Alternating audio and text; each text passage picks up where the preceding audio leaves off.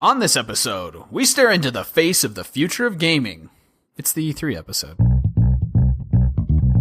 Welcome to Save Every Universe. My name is Alec Garcia. I am a single strand of yarn that strings together the memories of a family that's been through thick and thin. Oh, very nice. I know that one, actually. Yeah, because go.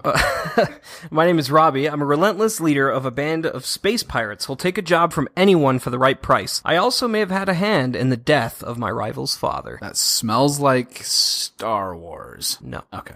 Who were you last week? Last week I was Proto Man, or Mega Man. Oh, yeah. Yeah, we pre-ordered Mega Man 11. And I've been looking very at excited about that. And I have the Sony theme. It's so cool. It is so cool. I'm happy just with the damn theme. Do you hear that, God of War developers? Just the theme. Just the theme. Just Make the that available. theme gets me excited. And then I have some Mega Man, Proto Man art in my kids' room. Oh, okay. Because they're brothers Yeah. or whatever. Yeah. I have two boys. Yeah, I know. And then I have like the way you put that sentence together. I thought it was a little cool to awkward. have My kids' room, my boys, they're brothers. They're brothers. It's like you I guess that's over-clarified assumed. on their Both the boys relationship. I have are also related Now I'm to wondering each if they other. really are brothers Well, because let's not dig into that. overstated the whole thing. They're definitely brothers. Sure.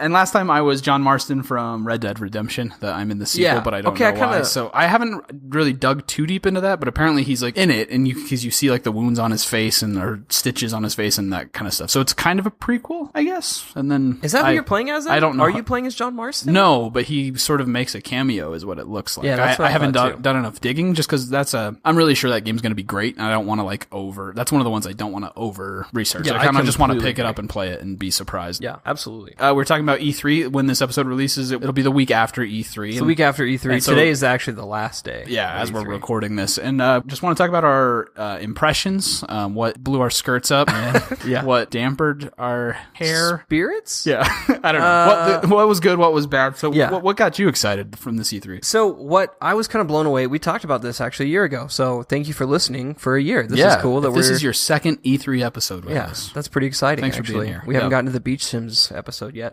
So what I was really blown away by how many games there were. There was a lot of games. Yeah. And last E3 we kind of bitched about that, and we talked about how like we felt like they were still kind of gimmicky with the VR, and Yep. and there's still some VR here. But one of the things that I think is really cool about this, and I remember seeing this in the 360 PS3 at this point in the kind of the twilight of Yeah. the console, is that developers are bringing out the best in these games. Yeah. And they've really hit their stride. They know what the consoles can do. They know how to push it to their limits. Yeah. And so you get kind of some of the coolest looking swan songs of these games. Yeah, So this era of console has matured, and now you're seeing sort of like the golden era. Yeah. Like it's in its prime right now. Yeah. Yeah, I agree with that. and I kind of want to preface this episode maybe with a warning, because I've been thinking about this. I think this E3 had something for everybody. And I found like just looking around at articles and reading like on Discord, the stuff I'm excited about wasn't necessarily something they were excited about, Yep. but everybody's excited about something. Yeah. Like so much came out. My wife, I asked her what she got excited about, and it was Sims Seasons.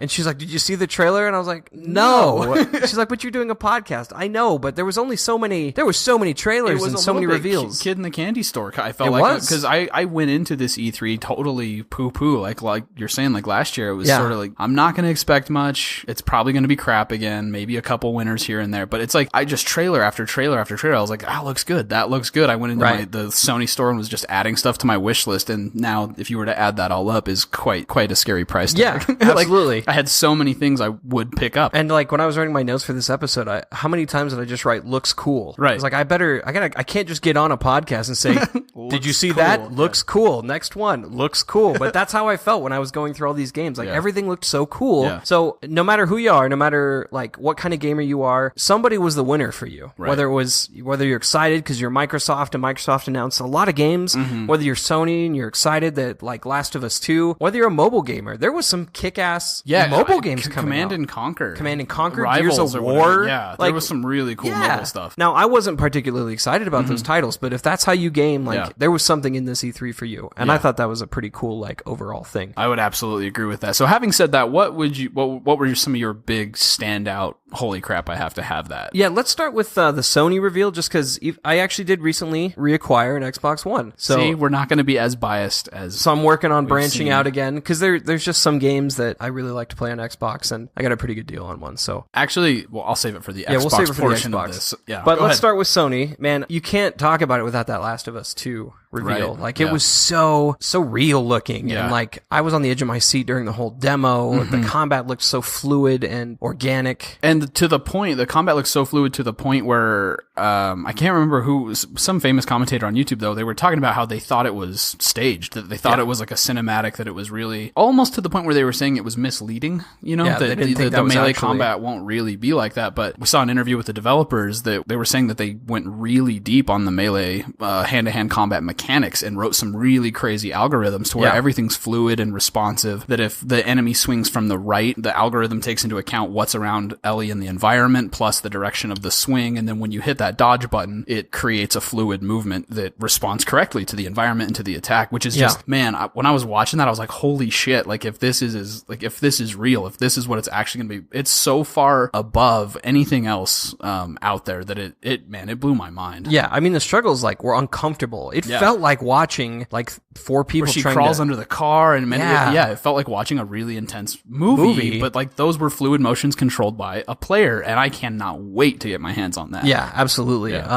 Really, I'm never going to be able to play that in front of the kids. Right. It's going to be an after hours. Damn, it looked great. I mean, it looked gory and graphic. Yeah. It opened that scene where she's stabbing the dude with a knife. They go straight from the dance to the knife stab. Yeah. And I was like, oh my God. You could see the flesh coming apart. It was intense. Yeah. It was intense, but it was cool.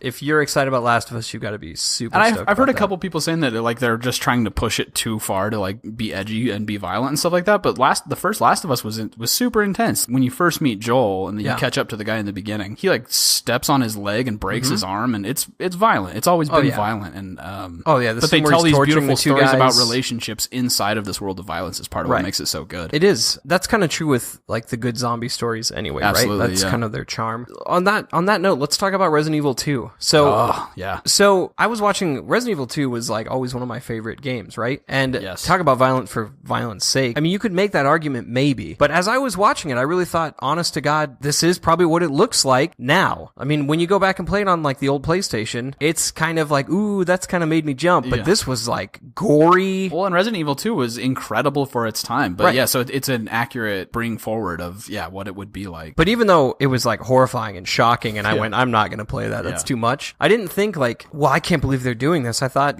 that's probably what it would look like if you remade it today. It really looks like it sounds like they're making some changes, which is appropriate and good, but it really looks and seems like they're staying very true to the spirit of the original game without changing too much. Yeah, if you have the stomach for it, definitely check that out. It's on the RE7 engine, the new engine they made for RE7, and it's very much darker and scarier. The lighting, you can kind of only see where your flashlight's going. Holy crap. Some of those, the flashlight cut out. And I'm with you. I bought Resident Evil 7 on sale, and I can't finish it. I'm not even going to buy it. I've learned my lesson, but if I did, I would, I don't think I'd be able to finish it now, man. Those games are it's good, though. If you're a fan of that genre, holy crap, man. That's a... Oh, yeah. There's a cop getting ripped in half and guts just dragging on the floor. It was, stuff. But I mean, it looked good. It looked real. Well, and for some reason, I was sort of expecting Leon to not look like Leon. They were going to change him. You know what I mean? And he was so iconic when you first played him after coming forward from Resident Evil 1 that you have that feeling if you played it back in the day as a kid or whatever, you have that image in your head of who Leon Kennedy is before RE4 and all that stuff. And it was, man, just spot on. I thought so. Yeah. I definitely felt like he was a rookie and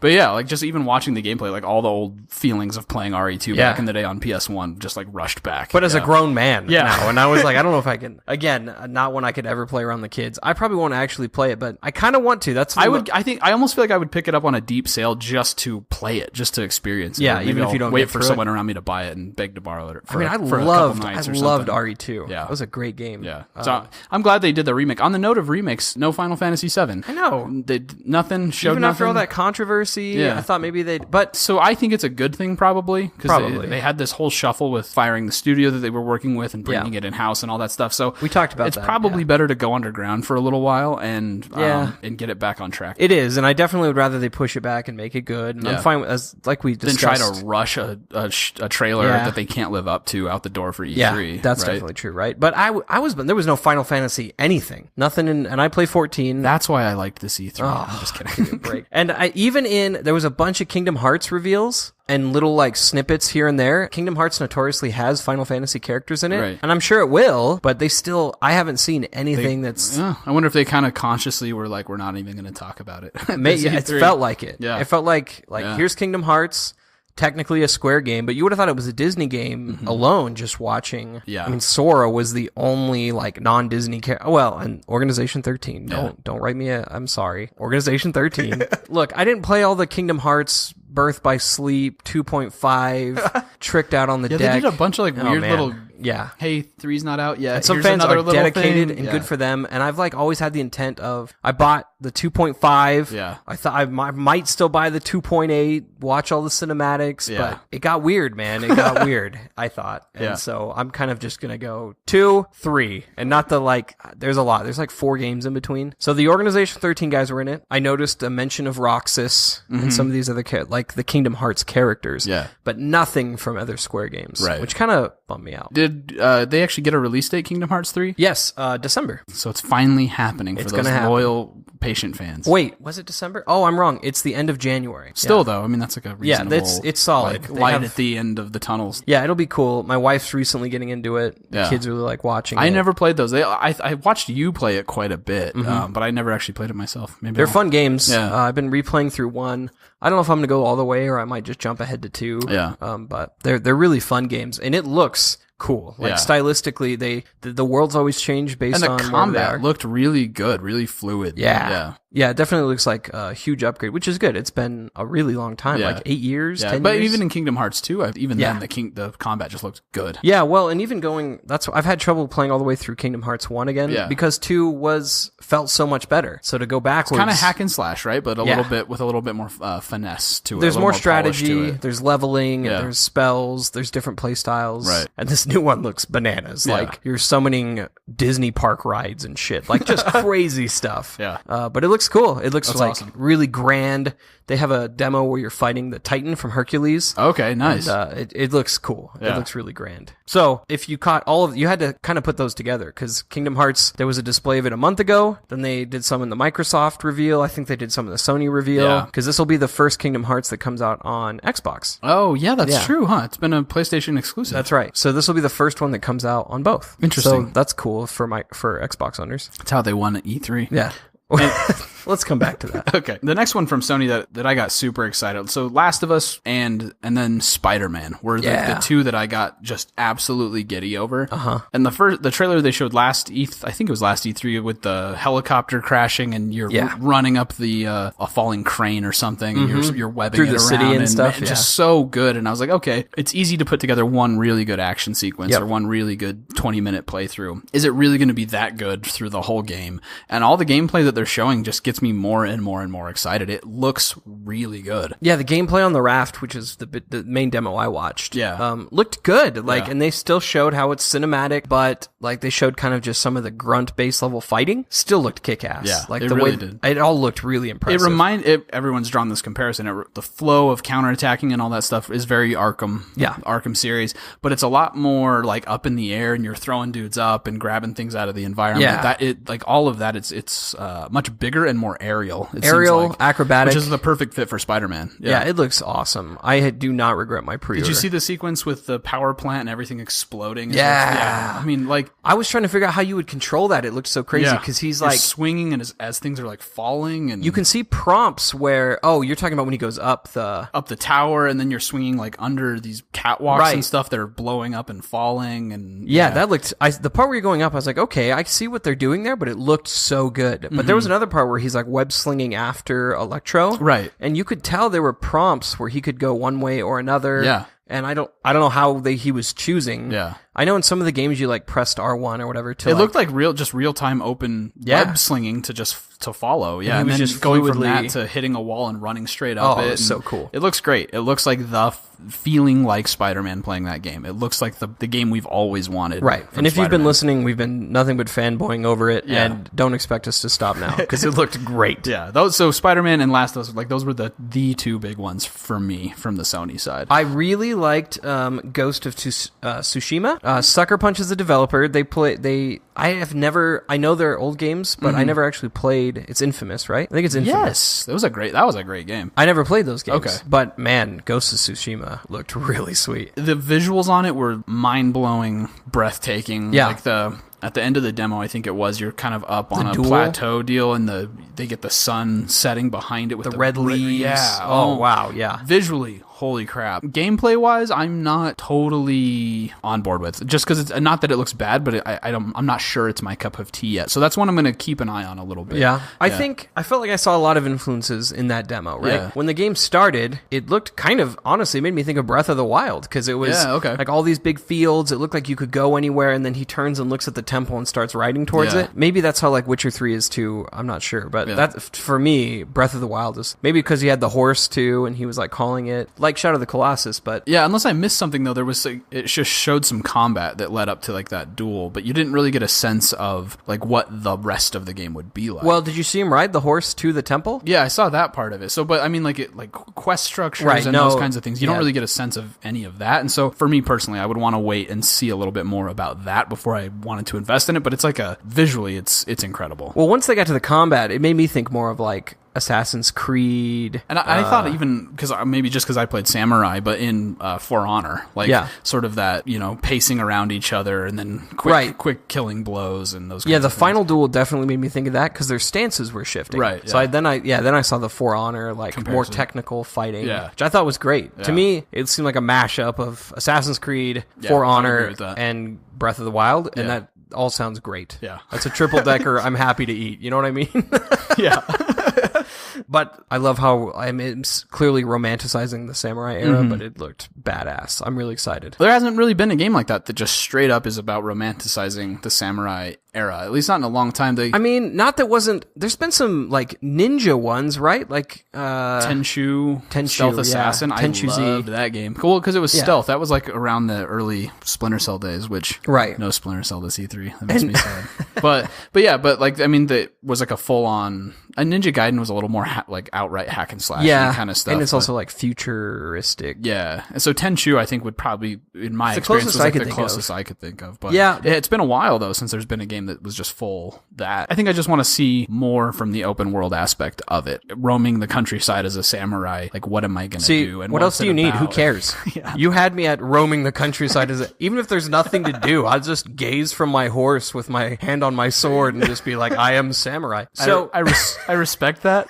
I need a little bit more. So I will say there was a lot of Bushido, dude, at this E3. One of the Neo 2, it was quick teaser. It didn't show a whole lot, but that's a Sony exclusive. That looks, I haven't actually played the first one yet. Yeah, that's in my wish list and I haven't picked it up yet. I hear it's difficult, but a lot of fun.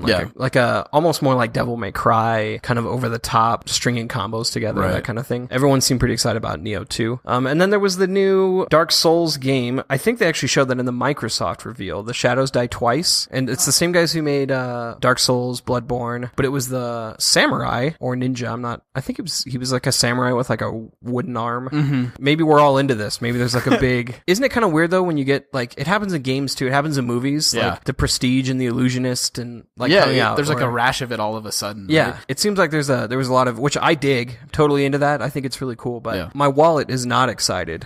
I know. Like I said, my wish list, dude, it scares me to look at it now. And again, I'm not like, I've said it before, but I'm not like a big Dark Souls player. That one I might have to really get into. I've watched lots of gameplay of Dark Souls, and that doesn't really seem like my... Oh, just so I'm clear, this is how do I say this? Sekiro, Shadows Die Twice. I'm now talking about not Ghost of Tsushima. Yeah, the Dark Souls thing. Yeah, Shadows Die Twice. Does that mean, do you only get 2 lives? Shadows Die Twice. What do you think that means? No, your shadow dies twice. You have infinite lives. Oh. I'm pretty sure that's how that doesn't works. Okay, well, we'll find out. Or every enemy is a shadow that you have to kill twice. Oh, you have to kill every enemy twice. Like the Taken in Destiny where they split and you have to just keep shooting those are the worst. Maybe I won't be playing that game. If they're all like Taken Scions in Destiny, not happening. Speaking of a bunch of weird shit that just like appears all of a sudden, did you notice how many 4-player co-op games there were? There's World War Z, that's a third-person 4-player co-op zombie survival game. Oh, yeah? There's the new Walking Dead, which is it looks like a straight up horrible Left 4 Dead knockoff. It's a first person 4-player. It looks bad. But then there was another one that actually looked pretty good from a guy who was a developer on Payday and Payday 2.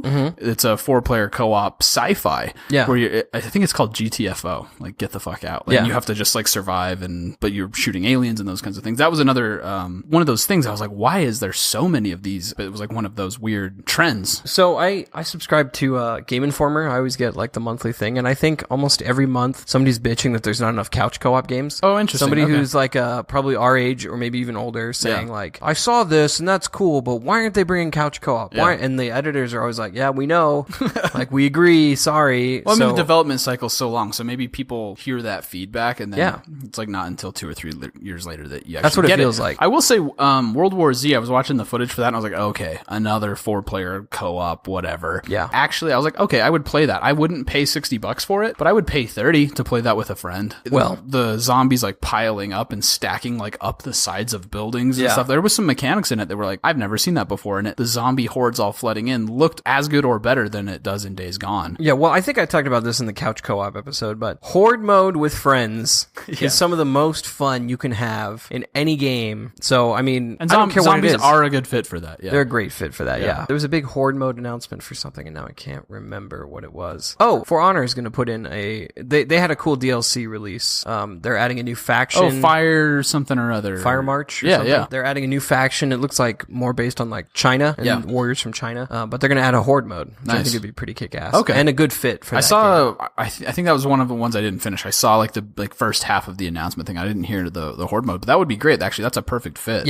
for horde mode. Yeah, when I've been playing, my brother and I started playing together, and I'm always kind of sad the match is over. Yeah. Like, I could have just kept fighting. Like, what? It's over? I want to keep fighting, because, I mean, that's what it is, right? I mean, yeah, you're taking territories and stuff, but the best moments are just fighting other heroes and fighting. It's like a more intricate version of like Dynasty Warriors or whatever. It is. Where it's just, there's something satisfying about just killing hordes of enemies. Yeah, but I think the duels in that game are so nice because you kind of have to earn it. It's a lot more strategic. Yeah, and For Honor does a nice job with that, of pacing it, where you kind of slaughter some little peons or whatever, and then you have this duel, right? The boss shows slaughter up. some peons, and then and then the peons go to the background. But it's more intricate than like a Dynasty Warriors or Hyrule Warriors or whatever. Yeah, you're not just stringing together like 1,000 enemies killed. That to me has its own satisfaction. Yeah, it does. I guess that was more from the Ubisoft. Let's go back to the Microsoft reveal. What'd you think of Fallout 76? They elaborated on that more, but at first they showed it at the Microsoft and then later on the Bethesda. Yeah, maybe the other way around, but whatever. You know, I think it could be cool.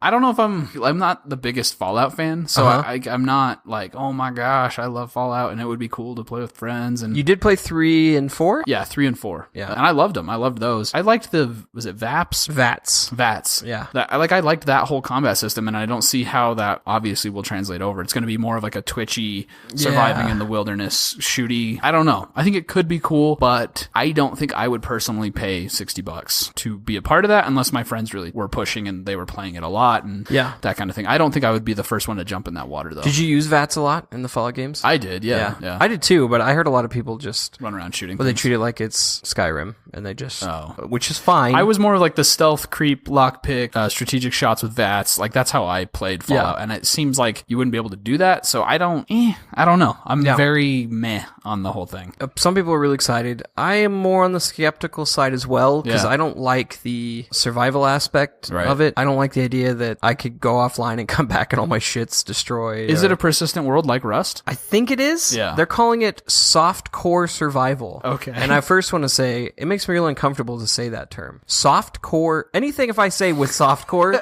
I don't like it. One of our first episodes was hardcore versus softcore. I don't like saying that word. You stare through the fuzz. Yeah, I don't like it. I'm not a big fan of using that word, but that's what they use. Those are theirs, not mine. Yeah. So like when I first heard about Rust, which if you don't know what that is, it's a persistent world. It's almost like the show Naked and Afraid, where they go out into the wilderness totally naked, and then they have to like fashion themselves clothes and spears and all kinds of stuff to survive. It's kind of like that, with a bunch of assholes that are further along than you that have guns, and you can't get anything done. They don't have jobs, and you have to build. They just sit around. This is what they do. Okay. It has to be. I don't know how else you'd get the shit. But anyway, but you have to build a base to sleep in. Otherwise, if you need to log out, you like log out in a bush, and some dick can just come and kill you to take your rock or whatever inventory you don't fucking that little have. dirt kingdom your empire of dirt. Yeah. So the concept I read and I was like, this sounds so cool and so interesting and so unique, and I downloaded Rust and I did the gift pack, and I got you one, and I got and we tried it, and it was kind of awful. Yeah. So if they go that far with it, I remember you had it like people were helping you and giving you advice, and Tim was just getting slaughtered. Yeah. My brother, who's Jimmy, been on previous episodes. Yeah, he was just like, hey, can somebody help me? And just get his head bashed I played it enough to get the hang of like what areas were dangerous and how to kind of skirt around, and I figured out how to build stuff with blueprints and all that, but it still wasn't super rewarding. It was a little too high risk. So if Fallout goes that far with it, I am 100% out. But if it is somewhere in the middle, I'm softcore. If it truly is softcore. First, we'll explain it to our wives. I would be on board only if like good friends were on board to really give it a shot, and even then, I would be hesitant at $60. People other than me, yeah, like good friends, real friends, real friends. I don't know. Yeah, I'm kind of with you. Honestly, it makes me uncomfortable. And any game that has that amass huge amounts of resources, games like Eve, where it was like you had to put in a lot of time. Yeah, it's too intimidating to me anymore. Yeah. It was intimidating to me when I was an undergraduate bachelor. Right now, forget about it. Yeah. Like it's a huge time. So I don't know. Yeah. I don't know where they're going to land on that. I guess we'll see. But I would put that in looks interesting. Put it in the maybe keep an eye on it category, along with Ghosts of Tsushima. Tsushima. Tsushima. Yeah. No, I'm definitely getting Ghosts of Tsushima. I know. No doubt. I know you are. I want to just briefly mention, because I know how excited you get about it, the new Forza game. The new.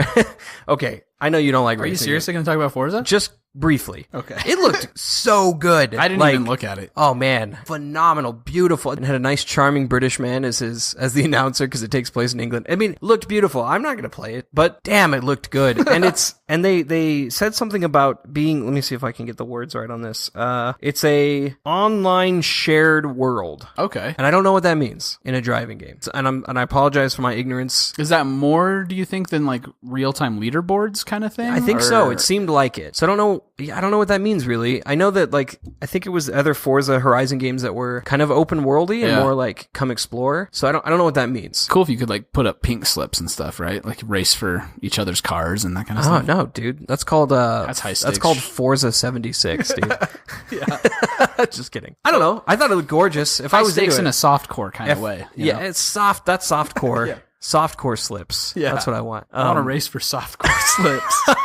I'm not going to play it, but I'm sure if you're a Forza fan, that looked really cool. I know you're going to be first midnight release, first in line racing games. Download, yeah. If you haven't heard, Alec is not a fan of racing games. I'm really not. I like driving in other contexts. Real life? I don't like racing games. No, that too. You don't Uber everywhere. You do have a vehicle. I like GTA driving. I like driving motorcycles in A Way Out or Uncharted or whatever. But I don't like just driving in circles to have a good lap timer. Yeah, I don't either, really. I don't buy Mario Kart though. Let's throw down. Even that, I have like a limit on. I have like a couple races, and I'm like, okay, that was. Don't you use like the assist mode too, and like the self-propelling and the bumpers? How dare you, sir? All right, so I'll take that as a yes. All right, let's move on.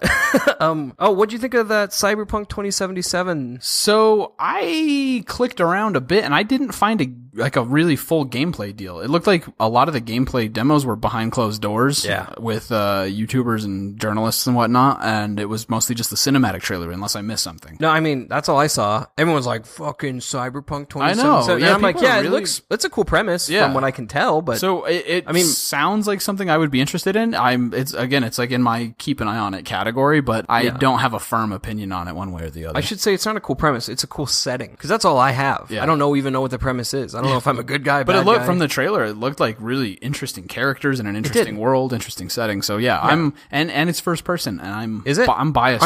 And those are the same guys who did the Witcher games. So people flipped out when they found out it was first person. A lot of people are pissed about it, and some people are super excited about it. And it's not gonna be. I'm excited about that though. It's cool they're doing something different. That's about all I have to say on it. So at this point, I don't really have much more to add on that. I mean, I think our Discord blew up. People are like, "Fucking, the dream is real," and I was like, "Oh, I guess that's the dream." Like, I don't know. That's fine. Like, I think it is exciting. And Microsoft ended their reveal with it. Did you see? They're like, "That's the end of that," and then they like shorted out the stage. Yeah. And then it had the hack thing with it was like, cool. It was a good presentation. I was like, "Oh, cool. I wonder where we're going with this." And then it was just that. And people lost their damn minds. That's fine. That's probably why they won. Microsoft won. That's why Microsoft We'll get back won. to that. Let's briefly hit on Nintendo. Yeah, so I am not as big of a Nintendo fan in general as it depends on what time of the year it is. That's probably true. Because this time a year ago, you couldn't say enough bad things Zelda about the Breath Switch. of the Wild, I am all about it. And the Switch is a good console, but the big announcement for this was Smash. I should say I'm not as big of a Smash fan as you are, and that was kind of the big... Our whole friendship started because of Smash Brothers, Did it? Yeah. Okay, kind of did, I guess. It kind of did. Thanks, Smash. I mean, you weren't much of a fighter. I'll Photoshop a Smash with me and...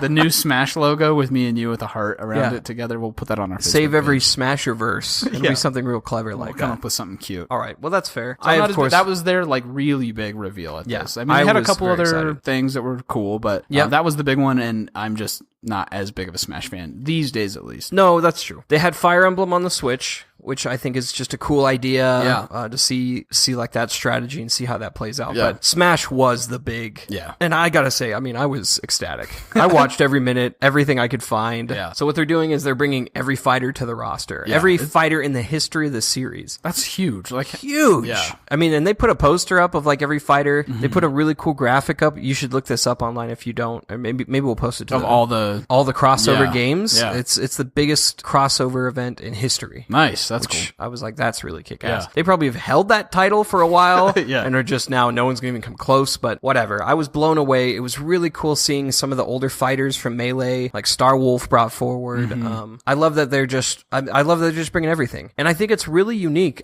I thought this was kind of profound because most games are like either, we've talked about how they're kind of a deluxe edition or a port, or other games are true sequels. This game, to me, just from what we've seen, is kind of both. It's a new thing. It's a mashup. Because they have new fighters, they have new stages. Yeah, that's true. But not a lot of new fighters. Like a new fighting game, you're always like, well, I need at least 8 new guys or something, right? Yeah, or if it's the same, you're looking for pretty fundamental. You're looking for some big changes, new moves, new whatever, new costumes, all kinds of stuff. And they didn't really do that unless it was the old guys coming forward. Right. But even some of the old levels, like Peach's Castle from the 64 version, seeing that updated, really exciting because that hasn't been in the games. They brought stuff that was in some of the 3DS only versions. Are they bringing all the maps, like every map from all the Smashes as well, or they didn't say that. It looked like they were bringing new maps with new environmental changes and all kinds of stuff. I think it's both, okay. Right? I think there's a lot of old maps. They didn't come out and say every old map is in the game, but I saw a lot of old maps in the demo, like maps that hadn't been in it since Melee or the original 64 one. So I think it's cool. I don't even know what to call that, right? It's something else. You almost want to call it like a greatest hits, but it's not like a cherry picked out of the best. It's like a big, everything. And I think we've talked about like fighting games, to do that, a roster like that is expensive. Right. And so for them to get like Solid Snake and Cloud, to get the licensing for all those in one thing. I'm blown away. Yeah, and so I was watching, I think it was on IGN, and they were talking about how, it's all the characters and, new maps or new stages or whatever, but they actually made like fundamental changes under the hood too. Yeah. One of the IGN girls was talking about how the response time when you hit a button and then you see the time between when you hit the button and you see like the attack animation in fighting games is a really huge deal, and in previous Smash games it had been like 0.0000 whatever seconds, and they had actually brought that down and tightened it up, and it makes a difference. So there's all the characters and stuff, but the gameplay is actually tighter and even better. And it was already tight. Right. Then they showed some of those even in the reveal too, where like they showed how if you're dodging around a lot, the 6th time you're a little more vulnerable than the first time. Right. So if you're just trying to spam dodge, you get a consequence at some just point. a little bit slower. So like, I think that's good. I mean, it's just really cool ideas. Yeah. I did hear though that they didn't let people play it in the handheld form on the demos at E3, that they were off the Pro Pads and then the GameCube adapter controllers. That's what people were allowed to play on. So I would be curious to know what it's like to play actually in the handheld, and if you get multiple players, like, is it hard on the screen? Nothing. I'm sure it is. Yeah. I mean, it's really made for the living room, that game. It is, right. I mean, I've played the Wii U Smash Brothers, and I've played it just on the small screen, but it's hard to see, especially if you're playing some of the bigger maps where things are like getting... when it zooms way out and it's tiny, I mean, hell, that was hard back in the day. I can see that being difficult on the Switch. Yeah, I'm sure processing power, it's fine. It's so small, I don't know. Yeah, that's more what I mean. And so it was probably smart for them to showcase it that way in its best possible light. And then the hardcore people are still going to probably play it in handheld mode or whatever. Oh, yeah. But that was all I really picked up from Nintendo. There was a few other reveals that weren't really at the major necessarily, or they were at like the developer So there was reveals. a Star Fox teaser, wasn't there? I think so. There's these ships flying in, then you hear the on the screen, or was that part of Smash? I think that was for a different game. It's like a Star Fox crossover. Oh crap, I can't remember the name of it. I didn't write that down on my notes, but it's a different game that is going to have a Star Fox crossover. Nice. Okay, I think that's probably what you're thinking. Yeah, of. that probably is. This is probably silly that I'm even mentioning this, but there's the Trials Fusion motorcycle game. Yeah. Oh my god, my sons love it. That's so motorcycle much. game. That's right? motorcycle his son game. says motorcycle game. Yeah, motorcycle my game. 3-year-old is obsessed with that game. Yeah. He can't play it, but he loves to watch people play it. He'll make my older son play it, and they're announcing a sequel, Trials Rising, I think. And great, it doesn't. Like, I don't even. There's some people that are like super loyal to the first one though. It was. I think this month or last month it was a PlayStation free game or whatever. What? No, it wasn't. Yeah, absolutely, it was. Oh my god! I've never paid for it, and I have it. You do? Yes. I've been watching for it. How did I miss it? It's up right now this month. It might be this month. I just bought it. XCOM 2. I bought it for his birthday. XCOM 2 and Trials. I think it's this month. Oh my god! Is it really? I just bought it. It's sitting in my closet because my son's birthday is this I'm gonna month. take it for a spin. I've heard about it. I haven't ever actually played fun. it. It's really fun, and it takes some getting used to, but it is a blast. The way you die in the game is hilarious. It's kind of the ragdoll slap around the screen kind of stuff. It doesn't matter what my feelings are. I have to buy it. Whatever. It'll be nice to have some new maps, I guess, to play in that game. I liked The Division 2. I liked what I saw. Yeah, let's talk about that one. So you're on board with that? Well, yeah. That's how you want to live your life. I'm just kidding. You can look yourself in the mirror. Yeah, I can. So here's why. I think, so this is going to be weird because this is going to sound like what Bungie said about Destiny 2, but I honestly believe they're going in like a new adding Division 2 so they can fix a lot of their mistakes from the first one, some of their maybe bigger limitations, and to give like a brand, Washington DC the setting is good. Cool. The setting is, some of the stuff it was like, oh, okay, so the sunken in highways with the overgrown stuff, a lot of it looked very Last of Us. Didn't it? Yeah, I thought the same thing. But new setting looks good. It looks like they're doing new enemy types. Yeah. Which is better than Destiny can say. there is some cool stuff there with the enemy factions. Some of the dev interviews I was watching said that the AIs actually behave differently depending on each faction has their own unique AI. Oh, cool. So you'll fight one and they're like super aggressive and they'll try to flank you and they'll rush you. And then another one is they'll hang back and they'll try to pot shot you and snipe you. And, nice. And so they actually have like a really different unique feel. Right. So I think they're fleshing out things that they kind of wish they could have done better in Division 1. There was some really unique stuff. Like I saw in the demo, one of the players got like stuck and his teammates had to shoot. He had like cement or something around his feet. Did you see that? Yeah. I don't know. I want to wait and see more. And I don't think it's that far away. I can't remember what the reveal was, what the release date was, but I am optimistic. I think it's March. Now, Alec and I, when the first one was coming out, we were like sold out, tattooing, Division on us. It's gonna be incredible. Yeah, I pre-ordered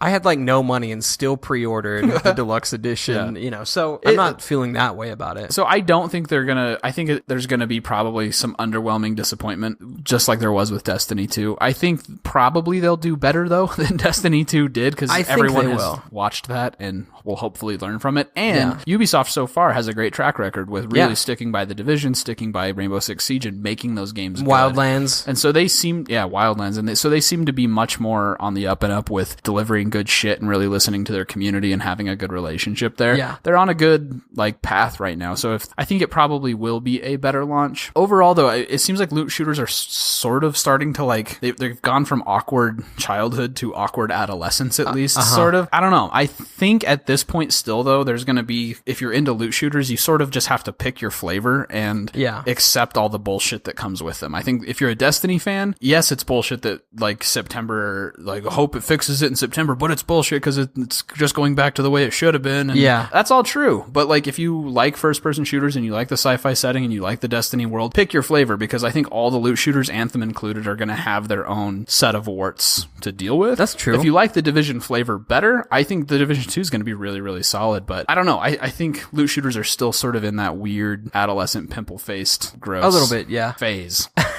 Gross. Kind of. It's kind of ugly to watch these things grow up into adulthood. And they got buck teeth and they smell funny, and it's okay, you need to figure. Dude, I don't know what your experience. You still need to figure some shit out here. I wasn't like that. Oh yeah, you really. I think you're probably right. My concern about that is I hope we're not splitting the vote too much, right? Yeah. Is there enough of an audience to support Destiny 2, Division 2, Anthem? It's no secret that we're sort of Destiny fanboys. I mean, we we come and go. We have our gripes with it, but we play it regularly still. Yeah. And I have a hard time getting my head around playing Destiny and The Division and Anthem in any kind of committed, right, like reasonable way, like progressing and hitting level cap and doing end game on 3 of those games. That's not realistic for me. So I think I think you're right. Like I think it is going to come down to picking one and then maybe have like a backup one that you play occasionally, but 3 is a tall order. Well, and you may fall into, or I may fall into, I used to do it with MMOs where I would play like WoW until I got bored with the content. Then I'd go subscribe to something else and play that until I got bored. And then see, so maybe it may be enough. I mean, if they all do their job have like a badly, 1, 2, 3, right? That your favorite, you grind out till you hit cap and you get bored, and then you go down to the Division, and then go down to Anthem, or Anthem then Destiny then Division. Now you would think if the games are doing, if they're doing what they're supposed to, you shouldn't run out of content, but that hasn't happened yet. Yeah, there hasn't been any. Nobody has cracked that code of how to make a game that you can just keep coming back to. Right. I mean, you'll get the dedicated players that play WoW, and then when they hit that, they go do it on their alt, and when they do that, they make another character. Right. But I have never been that player for the most part. So yeah, I mean, I saw the Destiny stuff for Forsaken. I was like, that looks good. I saw the Division 2 gameplay. I'm like, that looks good. I saw Anthem, same thing. And it's like, how much time do you actually have in a day to do all of those? Yeah. And so I think it's going to be interesting come March when all of that's on the table to see what shakes out. Yeah. This is turning into a longer episode, but I do want to say Anthem looked to me just fucking great. Yes. So good. I was so excited. There's so much about it. I loved the fights are like 3D. Like there's so much flight, and like the way you're engaging is so like global and spatial. And it looked more strategic on that note, where you like the heavy had like, you would see like your blast radius, and you could like fire in your rockets and stuff like that. And it looks good. I've heard other people say like, oh, it's just like when you use 2 supers in Destiny. I'm like, no, it's fucking not. Like, no offense, because I do that too. But like, to me, there was a function in Final Fantasy 11, that old MMO, that you comboed with other classes. Like one person used an ice spell, and if you use this with that, it did mega damage. Right. And you had to communicate, and you had to time stuff. Yeah, there's combos between players that if you combo your things together, you get damage buffs and boosts and stuff like that. Other games have done that too. Some MMOs have done that really well. Yeah. I think that's great. Yeah. I love that shit. It's not satisfying. The same as Destiny. I mean, you've got like your tether increases like damage. A Titan does melting point, and then like there's a couple things you can do, but there's not really like a thought out combo system. Well, and it's not that satisfying. I mean, did you see the words? It was like combo, big letters. Yeah. It was satisfying. Yeah. If in Destiny, for example, there's a gun called a tractor cannon that increases void damage. Right. You can shoot the guy, and then everyone hits it with their void supers. Yeah. But there's nothing that makes you feel like, other than watching the boss's health go down, which is pretty satisfying. But you don't get these like visual indicators that you did something right. You pulled it off. Did that work? I don't know. Well, I think so. Yeah. But the bar went down good. You did. The bar went down good. I feel good, which is still good. It's something, but yeah, it's good. But there's something to having those like visual indicators that you pulled it off or you did it correctly. Yeah, and it looks like it's in like kind of normal abilities, not just your big moment, because you don't really do that as much on anything other than the boss.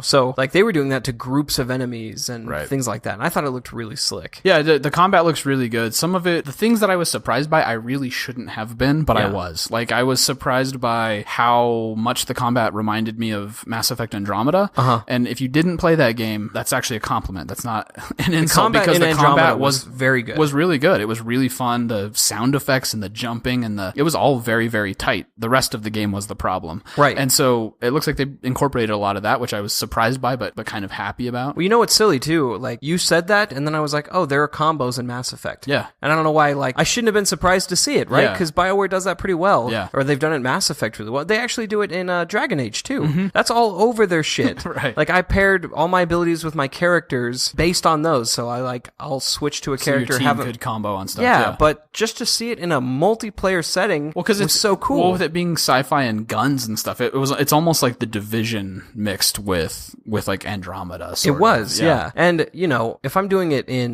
Mass Effect Andromeda, I'm doing it myself. But for me to say, all right, hit it, and then I got to count on you to actually hit it or whatever.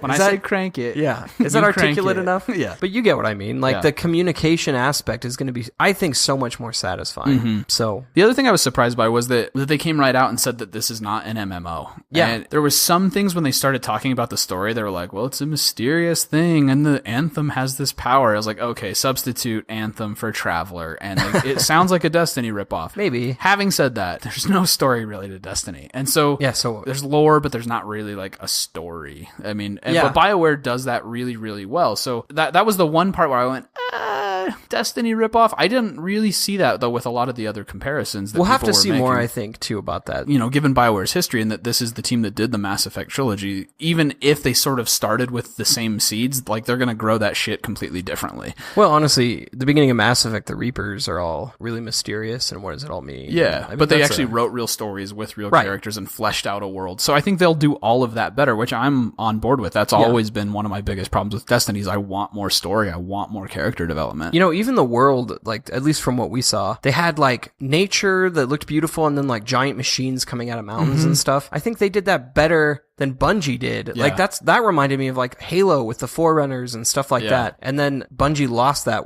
with Destiny. Yeah. So it looked more Halo than what Bungie has done. That's probably true. I thought, like, setting-wise. That's a good point. I mean, in my opinion, 343 has done a great job of that, but Destiny has not. Right. Like, they talk about the Golden Age shit, but in reality, it's just, like, caved-in tunnels. They did a little bit of that at the very end of Destiny 1, where they were like, oh, this is Golden Age tech, and there was, like, these cool side quests, and you get, like, one of them, and you're like, I want more of this. You do that with guns and stuff, but setting-wise, it never felt like the Golden Age. Yeah. I didn't think. Yeah, I didn't think City on Mars is cool, but it, like... So if BioWare can... like make you feel like you're discovering your past, like the past of the planet, and like, I mean, if they can really flesh that stuff out, I'm on board for that. I think that could be really cool. So overall, though, my takeaway was like I saw all this stuff and I was like, oh, it's a BioWare game. So for some reason, I was expecting something more directly comparable to Destiny, and I was very pleasantly surprised to see that it really was a BioWare game that you could play through with friends cooperatively. Yeah. I think that's awesome. That's really what I want. I think. Yeah. For me, that could be my habitual game instead of Destiny, but we'll just have to see. Yeah, and if they have raids and whatever the strike equivalent is, but like a longer mission with a big boss at the end that you can kind of which they do grind through and stuff like that. If they have all of that, like absolutely. I think it could be a replacement for Destiny. My struggle with it is going to be that I love first person shooters. That's going to be, I think, the sticking point. The combat and the shooting and all that stuff in Anthem's going to have to be like really fucking good. But you really liked the combat in Andromeda. Away. Yeah, you would do multiplayer and you were pretty satisfied with it. Yeah, that's true. So we'll see. I will add, just this is another subtle difference, but in some games like WoW or Destiny, you have your character and then you have your alt character. In games like Final Fantasy XIV and now Anthem, you play one dude, one character, and then you go get in your suit. Like in Final Fantasy XIV, you change her class or you change his class, whatever you're playing, and you're one pilot with 4 different javelins, and you can fluidly change. But I don't have to go. I don't have to go play the same story mission 5 fucking times to level your alt. Yeah. Give me a break. And like, I can do those things to level my alt if I want to, but that time I don't want to have to be the peon again. Yeah, that time would be much better spent grinding to trick out gear in one of your subclasses. Yeah. Like after you've done all the story stuff instead of having to go back and level that crap. Right, but I hate that. I'm like, okay, well, I don't want to do anything on my Titan. Time to start the first story mission again on my Hunter. Yeah. It was really bad in Destiny 1 where you had to like replay the story missions anyway, and then you go, oh my god, it was horrible. And I get WoW because they changed kind of how the story works over each expansion has had it where it was fun, but I don't feel like I should have to start with the tutorial missions again and with the hand holding graduate to this is a sniper rifle mission. Right. Like, you won't have to do that in Anthem, and I really appreciate that. I like that a lot, actually. And I was watching some dev stuff too, and they were saying that it's not just like paint jobs and stuff like that with the different classes. If you want to change like the silhouette or whatever you want to call it, the actual structure of the armor, you have options to do a lot of customization on each of the 4 javelins, which I think is cool. They were saying like a Colossus, which is supposed to be bulky and tanky, you could trim down, make it faster, or you could have the Ranger, which is the all-around guy, beefier and more tankier. And I mean, if you like the Ranger but you want a little bit of that armor perk of what the Colossus has or whatever, you can kind of tweak really it. Cool. Yeah. So I'm optimistic but cautiously, and I think everybody who is into loot shooters is cautious with everything now, and we should be. Yeah. That was what I was gonna say. It reminded me a little bit of Titanfall Titanfall. The javelins are I heard that comparison, and I didn't naturally think of that myself, but once I heard someone say it, I was like, oh yeah, okay, I can see that. Yeah, especially like in like the multiplayer of Titanfall 2, where you're always you jump into the suit and so satisfying. Yeah, when you, switching from pilot to suit. Yeah, I'm not sure. It doesn't seem like you're going to be fighting as a pilot in this one. Yeah, it's probably for the best, so Titanfall doesn't sue him. But that when I saw him getting into it in the city, I was like that felt like prepare for Anthemfall. Yeah, that's fine. I love Titanfall, so I'm cool with it. Do you have any other games that came to mind? Hitman 2. I was very pleased that they announced that and that's coming out later this year. I loved the new one that they did. Yeah, just some really freaking awesome, like slapsticky, ridiculous, fun, big levels that you can just play over and over, solving the puzzle different ways. Right, and just a game that doesn't take itself too seriously. It just makes it really fun to kill people. Oh, speaking of that, I forgot to mention Crackdown 3, the Terry Crews. Ridiculous. So this isn't any secret either. I've been fairly anti-Xbox, not for any like fanboy bias, but just because there's not really any good proprietary games on there. But yeah, when I saw the trailer with Terry Crews the whole time, dude, I want an Xbox to play that shit. That looks so fun. It looked fun. I played the first Crackdown and I loved it. I don't think I played the second one, but this third one looks fantastic, man. But it has that absurd over the top, what was it, like a duck rocket launcher and driving up buildings and boom, and you can drive the car up the building. Dude, it looks so good. Awesome and like unapologetically ridiculous and just you fun. Need games like that once in a while. I'm a big fan of like The Last of Us and the intense emotional tearjerker stuff and Hellblade, and like I love all that dark stuff, but you need a game like that once in a while. Right. To me, there's still like this is why I play video games, like this absurd thing I can't do in real life. Yeah, I think you need some of that. I hope it has multiplayer. Yeah, that would be great to romp around in co-op. And one they did. I think one and two both did. Yeah. I think one they added it later maybe. I know I was playing like a... Do you think there would be fights over who gets to be Terry Crews? I mean, obviously I'd get to be Terry Crews.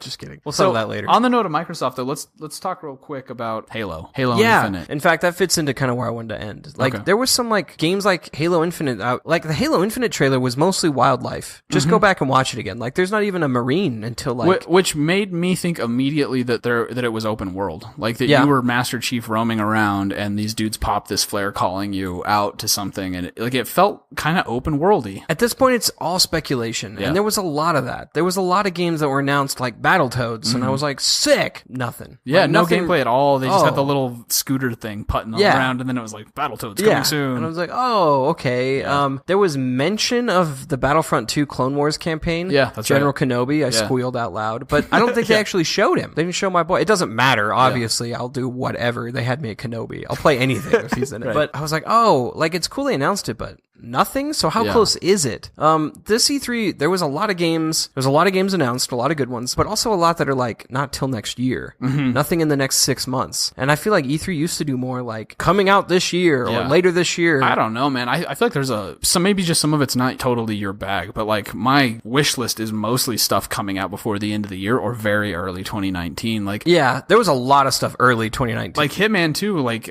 that's coming out in like November or something like that. I'm jacked about that. And like We Happy Few finally got a release date for August, and there was a bunch of stuff that has been on my radar that I've been interested in that actually got like confirmed, more gameplay, got a firm release date, and it was for a lot of them were this year, were sooner than I expected. Maybe it is stuff I missed, but that's like what I was saying at the beginning, right? This kind of had something for everybody. I was astonished at how much stuff was coming out in February. So much stuff. February, March is kind of like the new, and we talked about this on our holiday episode. Yeah, that it's like that's sort of like that new big Christmas season. Yeah, which is crazy. I don't know if there's like people are getting money and gift cards from Christmas and then pre-ordering or something, or I mean, it's clearly working. Everyone's doing it. So I'd like to close with just one final thought. They mentioned it, and so we should all be aware, but this is the end of this console. Then there was no reveals for the new console, and I think most predictions are 2 years. Next E3, they're going to announce it, and then I bet the E3. Yeah, so the speculation is 2020, and I actually heard some people speculating that Halo Infinite will be a launch title on the new Xbox in 2020, that their devs who just finished working on the Xbox One X are already working on the Xbox Scarlet. Yeah. So what is like the code name? Oh, that's the code name for it. I hope it's called the Xbox Zero.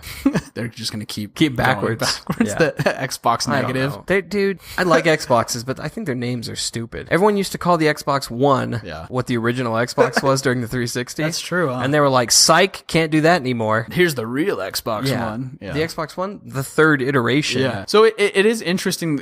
I think these next few years are going to be interesting. There is going to be like a next full big console release like in 2020 or whatever. Yeah, I think that's pretty probable. Yeah, so but there's actually a lot of people, and I guess an executive from Ubisoft and an executive from Microsoft have both confirmed that they're actively developing console-less gaming, where you'd have a controller and it would all be streamed through a small box or whatever. I don't know how it would work, or directly through a TV service or something. I don't think it's going to happen. I don't know. I know people are predicting that. I don't think internet connections are at the place now that it would be available, but it seems like behind the scenes they're actively trying to develop this technology to be ready for it when like the infrastructure's there for it. I think we're probably on the cusp though. Maybe. I know my internet is not good enough for remote play. Right. Like I couldn't. I've tried. A 50 gig file like is what we're downloading now. Like, and then how do you go straight from that? So there has to be some major jumps in technology and capability and those kinds of things.